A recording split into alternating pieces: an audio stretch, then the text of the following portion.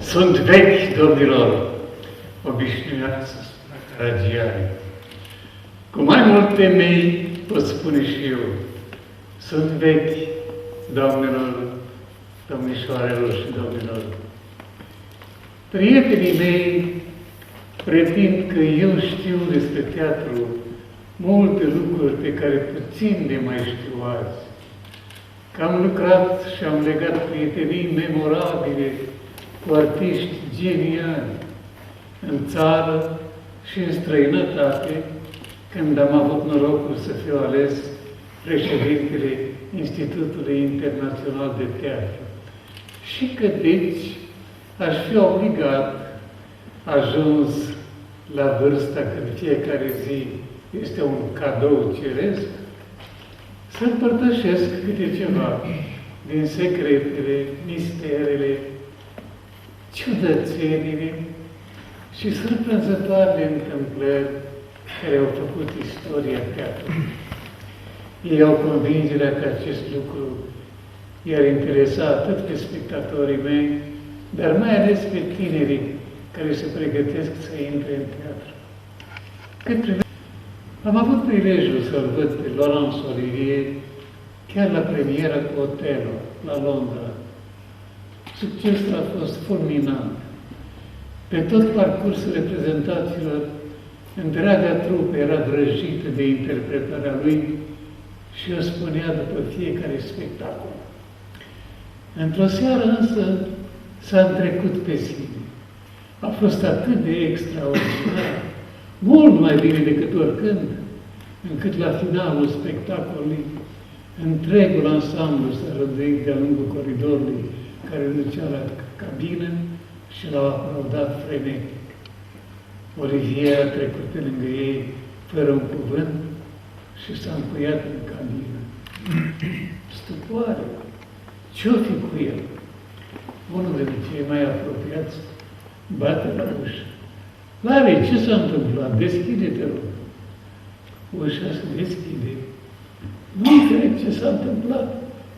Ai fost extraordinar. A fost cea mai mare seară a ta în acest rol.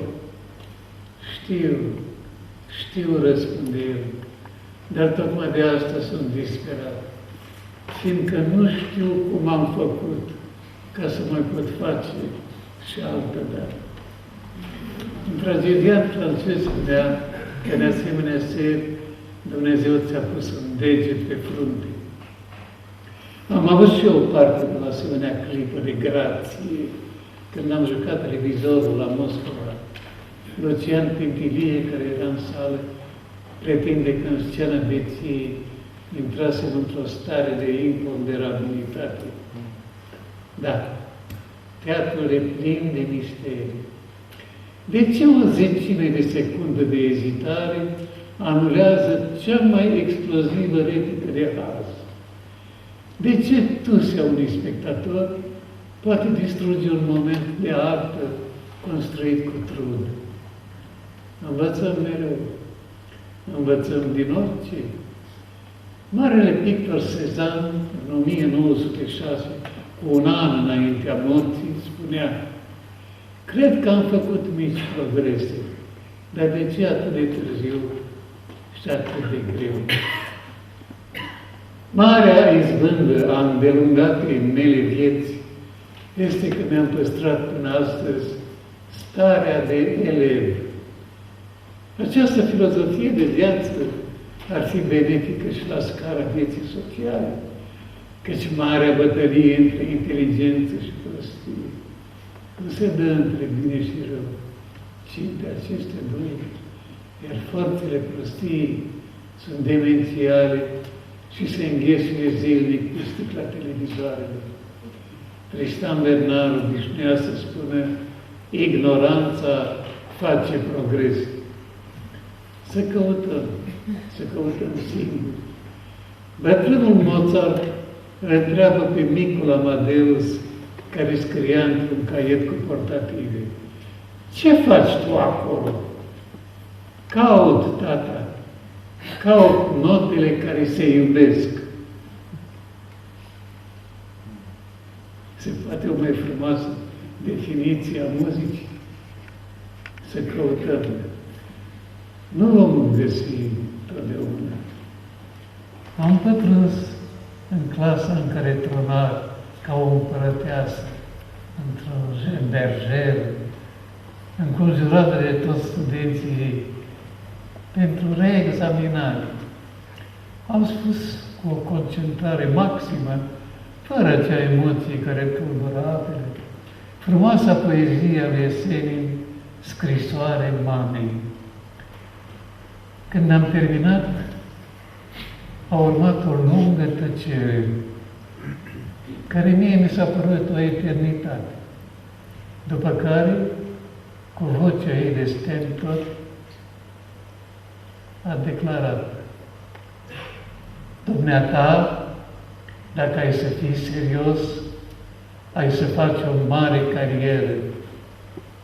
O asemenea sentință din partea unei mari autorități te face să-ți pierzi uzul rațiunii. Eu am fost serios și nu mi-am luat-o în cap. Clasa noastră a dat producția cu piesa Gringoire de Teodor de Banville, în care interpretam rolul regelui Ludovic al XI-lea. Producțiile Academiei aveau loc pe scena Teatrului Național, cel bombardat de naziști. Acel teatru de o frumusețe imperială, socotit al treilea din lume, cu o acustică miraculoasă. Dacă rupeai pe scenă o făiță de țigară, se auzea până la ultimul rând al celei de-a treia galerii. Acel teatru în care publicul însuși oferea un spectacol de eleganță și cuviință, prin felul în care venea îmbrăcat, prin felul cum urmărea piesa, cum recepta